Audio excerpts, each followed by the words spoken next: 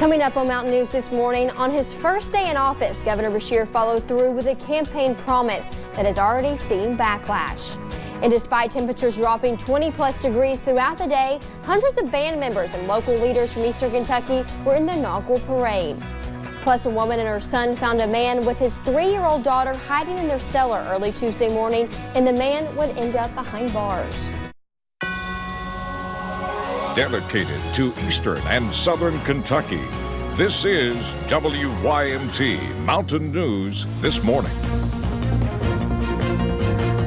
Good morning. The time is 6:31 on December 11th. I'm Madison Pergram, and thank you for joining us on Mountain News This Morning. So if you're waking up on this Wednesday morning, we've been talking about it all morning, but there was snowfall yesterday and overnight that makes the trees and stuff look pretty, Brandon. Exactly, and it also is causing a little bit of issues on the roads. Let me clarify something on air here real quick that I'm having questions about on social media. A lot of folks asking about the Big Sandy. We only have one camera that we have access to, except for the Pikeville Medical Center camera, which we'll show you here in a second, but we only have a couple of cameras over there that we have access to, and that there are no road sensors at all in the Big Sandy. So we do cover the Big Sandy. We just we don't have the sensors over there or the cameras. Let's go to the Pikeville Medical Center camera now and show you what's going on in Pikeville this morning. And you see a little bit of snow on the ground there, and we're going to continue to see, again, traffic looks like it's moving along pretty well, but we are seeing those cold temperatures, which makes for slick roads. Speaking of temperatures, let's take a look at those this morning, and they are cold for sure this morning. We're looking at 19 in Irvin, 17 in Monticello, 25 in Hazard,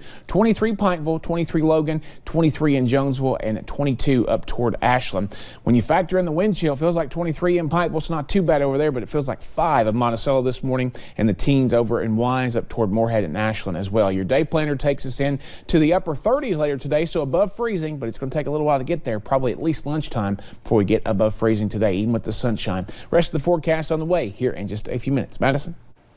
Thank you, Brandon. Well, the founder of WYMT died more than 2 decades ago, but one way his memory lives on is through scholarships awarded each year at the Mountain Classic. 3 students received the Ralph Gabbard Broadcasting Scholarship, and WYMT's Marianne Fletcher talked with one of them at the Mountain Arts Center. From the court to the anchor desk. Hi, and welcome to this week's episode of JCTV. I'm Faith. To the main stage. Johnson Central senior Faith Fairchild is always on the go. I'm in a lot of college classes. I'm taking Comms 108 right now and English 100, 200, and I'm in college algebra. She is also number 55 on the basketball team, a member of HOSA, and honor choir. Well, I play basketball, I sing, and I just hang out with my friends a lot. So I'm picking it up. Fairchild has big plans for the future. I either want to be a speech therapist and work in either a school system or like a hospital, or I might want to be a journalist, get my journalism degree. Her main goal, pursuing a passion of expressing herself. Like at Johnson Central, we make a lot of funny segments and we have a lot of inside jokes. Fairchild is one of 3 students to receive the 2019 Ralph Gabbard Memorial Broadcast Scholarship. I'm very thankful for my scholarship. I'm thankful for all the people that helped me get there. She has a piece of advice for the class of 2021. If you're thinking about applying for a scholarship, you should definitely go for it.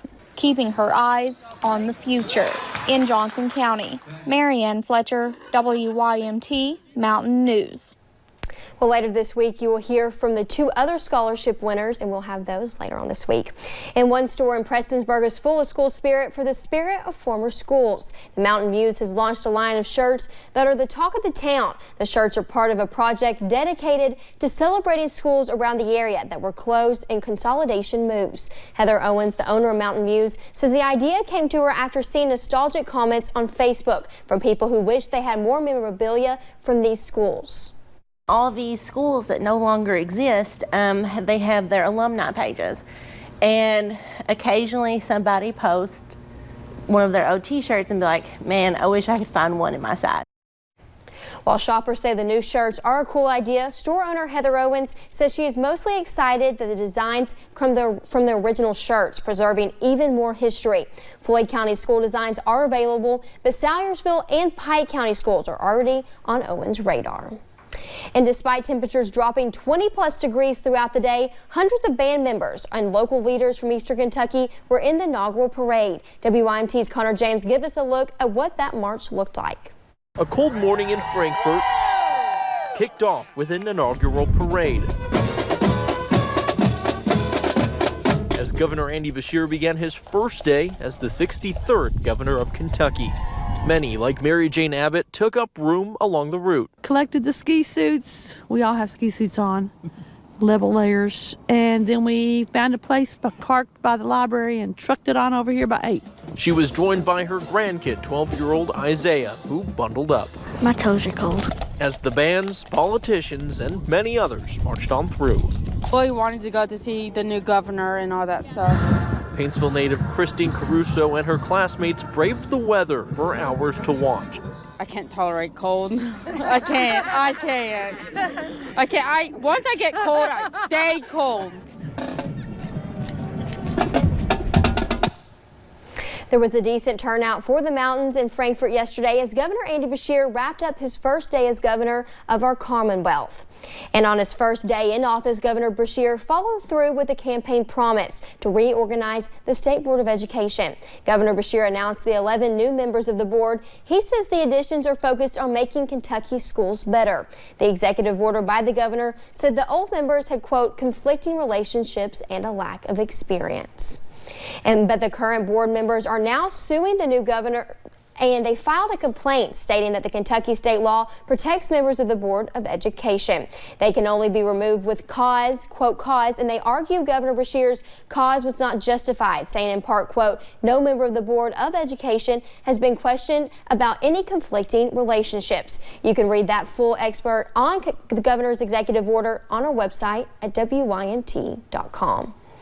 And housing and food will cost more at UK next school year. The Lexington Herald Leader reports the university's Board of Trustees approved the increase yesterday. Dining prices will go up about 3%, and depending on the building, housing prices will increase by between 2 and 3%. It's not clear if tuition will go up. Any changes in those prices will likely be announced in the spring. And in Tennessee, parents and grandparents of students at one Claiborne County school are concerned after they said they were not notified about the situation involving a teacher who has been charged with 16 counts of sexual exploitation of a minor. And records show Aaron James Ellison is accused of sending and receiving lewd images of a 13-year-old girl between August and November of 2019. Ellison was arrested on December 3rd, and one grandmother spoke to reporters at our sister station, WVLT, concerned that instead of being notified by officials at HY Livesay Middle School, she found out from her granddaughter, saying, quote, every kid in the school seems to know the story, but none of us as parents have been notified by the school board, which I find highly unusual, end quote. And Claiborne County Schools says that Ellison is suspended without pay at this time, and that the school system has guidelines in place on how to handle situations relating to allegations of sexual misconduct. And in Pulaski County, the Somerset Police Department is asking for help identifying a man. They say he may have information about an incident the police are investigating, and they need to ask him some questions. If you know where he is, please call 911 or contact the Somerset Police Department. And a woman and her son found a man with his 3-year-old daughter hiding in their cellar early Tuesday morning. Police say Christopher Stutes was hiding from a deputy after assaulting a woman. When a deputy arrived at the scene, Stutes tried to run but was soon caught and arrested. The child was there through it all.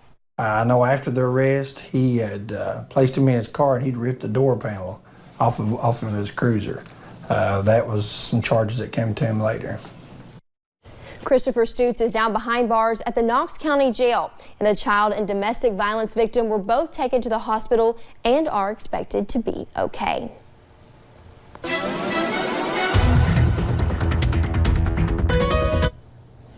Cold temperatures across the region this morning, and we're going to see some slick spots on the roads, so continue to be careful. Take your time, take it slow this morning, especially in areas that have snow. 18 now, Irvin, 19 out toward Danville, 17 in Monticello. Most of us, though, in the 20s this morning, but the wind is starting to create a little bit of wind chill action, especially in those eastern counties. So if you're Prestonsburg, Pikeville, over toward Wise and Ashland, you're probably feeling a little bit colder than your actual air temperature. We take a look at how much colder it is from this time yesterday. It's starting to get a little bit warmer in Central central Kentucky compared to where it was this time yesterday, but anywhere between 20 and 30 degrees colder this morning than it was this time yesterday morning. Out the door forecast, again, a cold start giving way to a cold day, but at least we'll get above freezing and have some sunshine a little bit later on. Madison. Thank you, Brandon, and thank you for joining us on Mountain News this morning. Up next, we'll have a pet in our studio looking for a good home.